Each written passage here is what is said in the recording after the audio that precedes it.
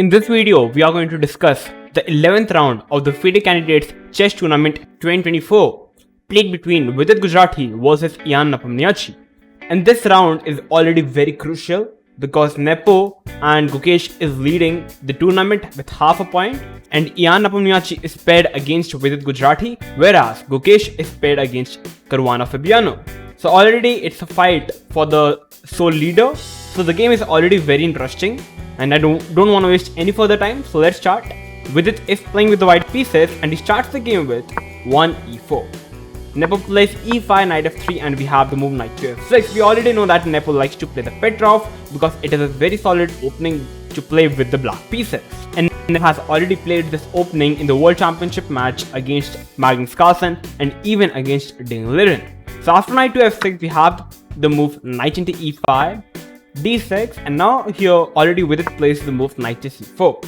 The main move is already to play the move knight to f3, but knight to c4, a very rare move I would say, because only 1100 games have been played in this position with a knight to c4, knight into pawn, and here we have the move queen to e2. So already not the main move, but like the main move could be to play knight c3 or even to play the move d4. But I guess with this idea, or his team idea, is to basically take Ian Nepomniachtchi out of his preparation by playing some sidelines. So after queen e2, attacking the knight, the idea is to play the move d3 and capture the knight. So queen to e7, and we have the move knight to c3, takes, b takes, taking with the b pawn, not taking with the d pawn, which is the usual idea. The idea is to play bishop e3, long castle, but at the place of doing this stuff, Vidit decided to capture with the b pawn. And his idea could be to control the center with d4. So we have the move bishop to g4 after Nepo took around 12 minutes to play this move. So after bishop to g4, what is the idea? After bishop g4, you can't really capture the bishop because the queen is already pinned. So Nepo's idea here is he's kind of provoking Vidit to take the queen so that he can simply capture the queen with the bishop, and it will simply allow his piece to come forward. And the point here is, if Vidit tries to play f3, Nepo is simply going to trade off the queen and can simply play the move bishop e6, because now the f3 square is no longer available for the bishop, which could be a very potential good square for the bishop. So this is the idea of Nepo, I guess. So after bishop g4, we have the move queen into queen, bishop into, now we have the move rook to b1, attacking the b7 pawn. Logical move, b6, and already Vidit played the move d4 in this position after taking 6 minutes on his clock, which I personally don't like. So d4 is, I would say, a very committal move.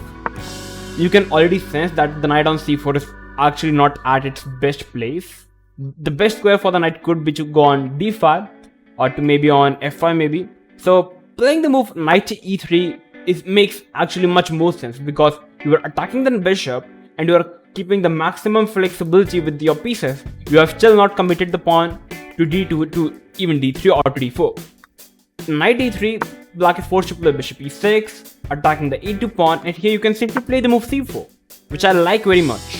After c4, white's idea is pretty simple. White's idea is to play the move g3, bishop g2, bishop b2, putting both the bishops at their best square. And now white is having the idea whether he wants to push the pawn to d3, whether he wants to push the pawn to d4, or whether he wants to keep the pawn on d2. So I think this would have been the maximum, this would have been the idea that would have given Vidit the maximum flexibility. But at the place of knight d3, he played the move d4. Maybe his idea is to grab more space in the center. So bishop to e6, and now Vidit played a4, very logical move. He wants to push the pawn to a5, and he can't really move the knight because the a2 is hanging, so he first pushed the pawn to a4, and now we have simply short castle by Nepo. And in this position, many players, even you guys, will try to maybe play the move like a5, trying to push the pawn, because at the first glance it makes very much sense. You're trying to push your weak pawn, you're trying to trade the weak pawn with your opponent's strong pawn. So after a5, the point here is, black is not really going to take the pawn. Black is simply going to focus on his development, so that after takes, black is the one in the advantage, because you played the move a4, a5, took the pawn, and eventually at the same time black simply developed his knight, pulled his bishop back, opened up his rook, and black is at its perfect place. Black's position is very comfortable. So that's the main reason a5 is not a good move. So we have the move knight to e3 by Vidit, bishop to g5 by Nepo. Already a very interesting move. I like this move very much. So after bishop g5, what's the idea? Bishop g5 idea here is, for example, if Vidit plays a move like h4, Nepo's idea is to simply capture the knight, bishop takes, and now he wants to play the move knight to c6. What's the idea? His idea is he wants to play the move knight to a5. Simply take complete control of the c4 square, and now once all the light squares are under the black's control, like there is no particular weakness for black, and it's a close position, so knight is always stronger in the close position, and black is already having an edge. So that's the whole idea. Like after c4, if white tries to play c4, black can play the move knight a5, allowing d5, and now simply bishop d7. And the point here is, black is having all his pawns on the dark square, which is extremely hard for white to capture these pawns, whereas white is having tons of weaknesses in his pawn structure, and black is already better. So that's the whole idea of bishop g5, which I like pretty much. So Vidit played the move c4 in this position after taking 10 minutes around his clock. So after c4, the idea here is, you can't really do the same thing, because after takes, if you try to play knight c6, now this time d5 and you lose a piece. So it's not really working. But the disadvantage of pushing the c4 pawn here is, now both the c4 pawn and the d4 pawn are now simply hooks for white to create maximum pressure to the c4 and the d4 pawn. So after c4, we have the move rook to e8 by Nepo, h4, bishop to f6, a very sharp play by Nepo, putting maximum pressure on the c4 and the d4 pawn. And here we have the move c3 by Vidit. If you try to play something like bishop to b2 defending the d4 pawn, bishop to d7 attacking the pawn, and you can't really defend the pawn this time, because if you try to do anything, let's say if you try to play a5, I can play the move knight c6, and now this pawn is hanging as well as this pawn is hanging. So let's say d5, the best move, takes, and if you try to capture the knight, I can give a check and can capture the pawn. I'm having the bishop pair and I'm already winning.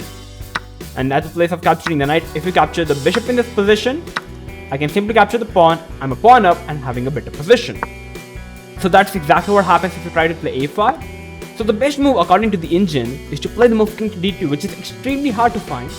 The whole idea here is, you stack up the pawn, you expand on the king side, e5, g5, bishop c6, attacking the rook on h1. So now rook g1, bishop goes back, bishop d3, and this position is like fine for white. It's an even position, but white got his own compensation because he's having some nice kingside attack maybe in the future, but it's extremely hard to calculate even for a human. So that's why bishop b2 was not played by Vidit, and he went for the move c3. And after c3, Nepo instantly came and he simply played the move c5, as he knew that Vidit is going to play the move c3. So c5, what's the idea? After c5, the point here is the d4 pawn is already dead. You're losing a pawn forcefully because you can't really push the pawn. I can simply capture the pawn. I'm winning the game. If you try to capture the pawn, I can first capture the pawn with a check and capture the pawn back, and I'm still winning the game. So that's the whole idea, and you can't really defend the pawn on d4 anymore. So we have the move bishop to d3 by Vidit. And here Nepo played a very interesting move. You can try to pause the video and try to find the best move for black in this position.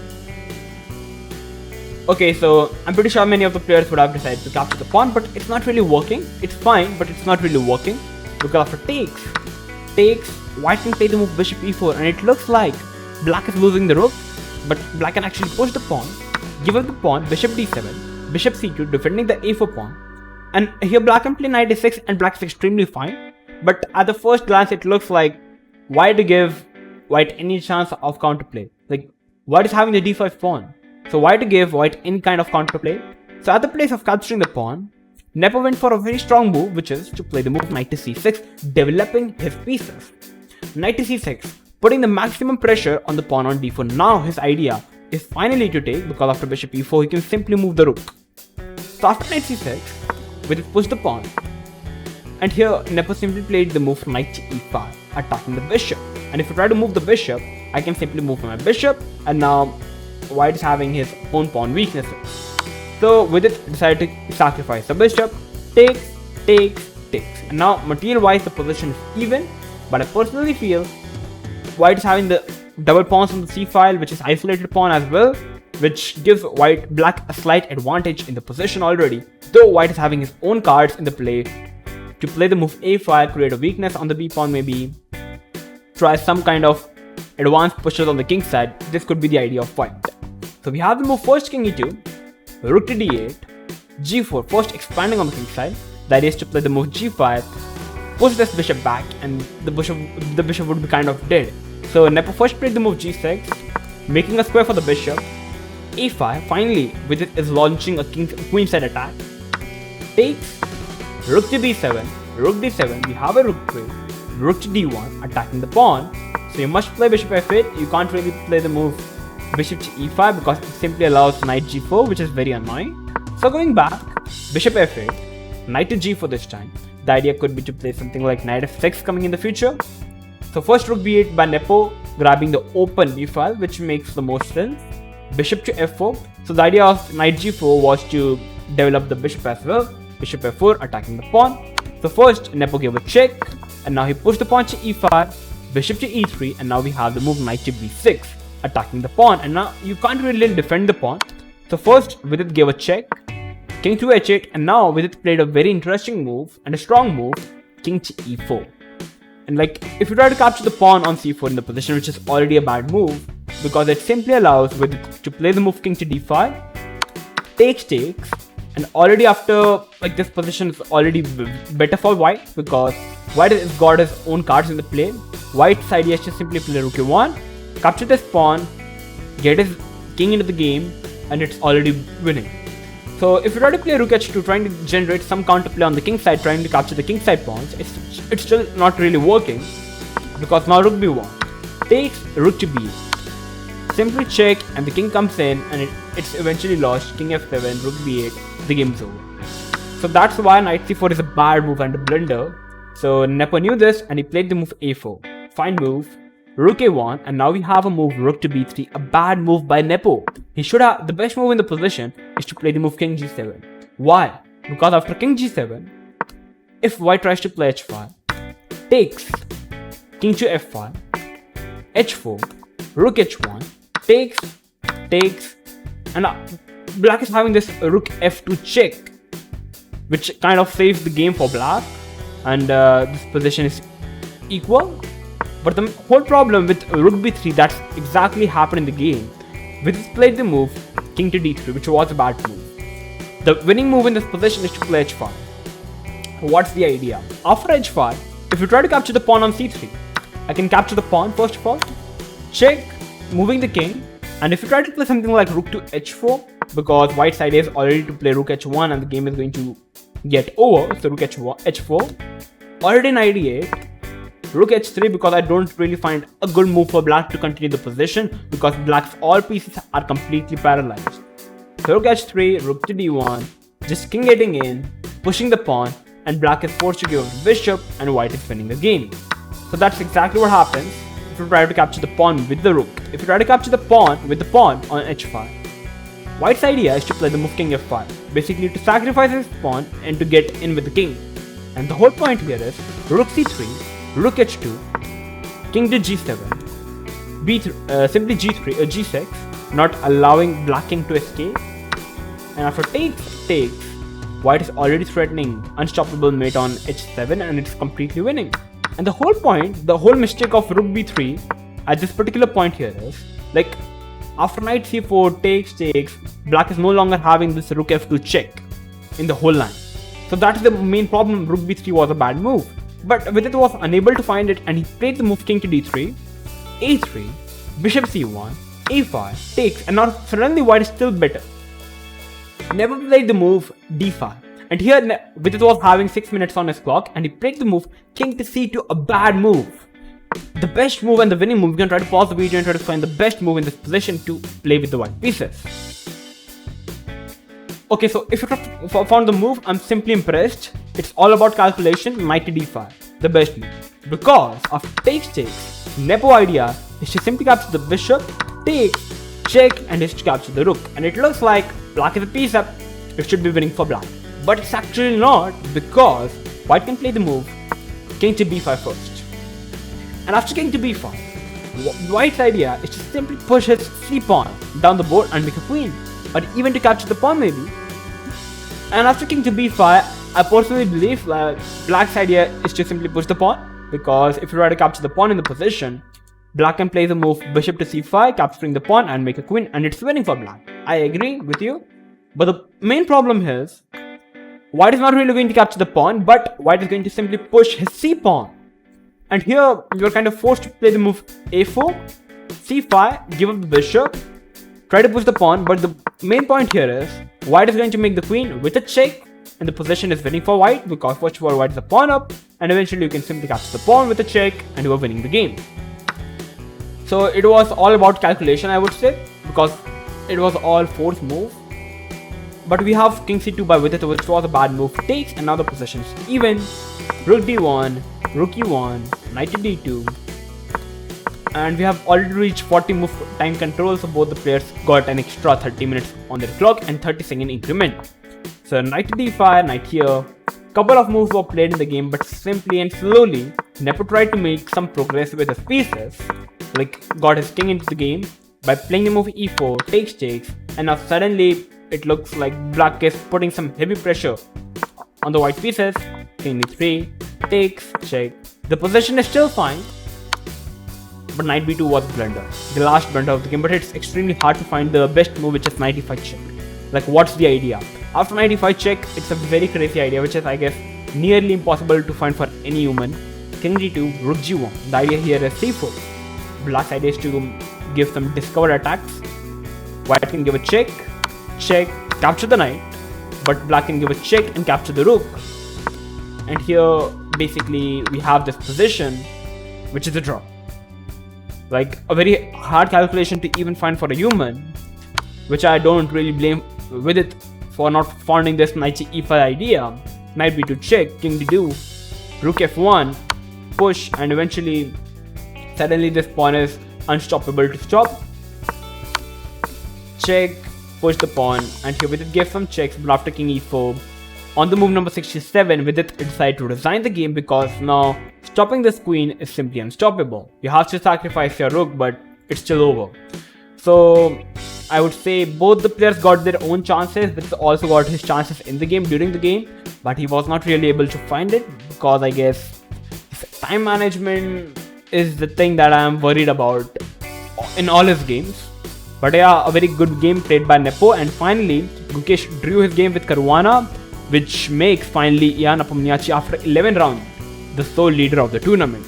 So the standings after the round number 11 are: Ian Nepomniachtchi is leading the tournament with 7 points at the first position. Gukesh and Hikaru are tied for the second place with 6.5 place. On the fourth place we have Fabiano Caruana. On the fifth place we have Pragnananda. On the sixth place we have Vidit with the 5 points. Alreza Firuza with 4.5 points on the 7th place, and finally Nijat Abbasov with 3 points at the 8th place. So only 3 rounds to go, I would say. The tournament is really starting to heat up, and we are going to see really soon some exciting games pretty soon, and I'm going to come up with those interesting games. If you like the game, make sure to like the video, share this video with everyone, and make sure to subscribe to our channel if you are new to our channel.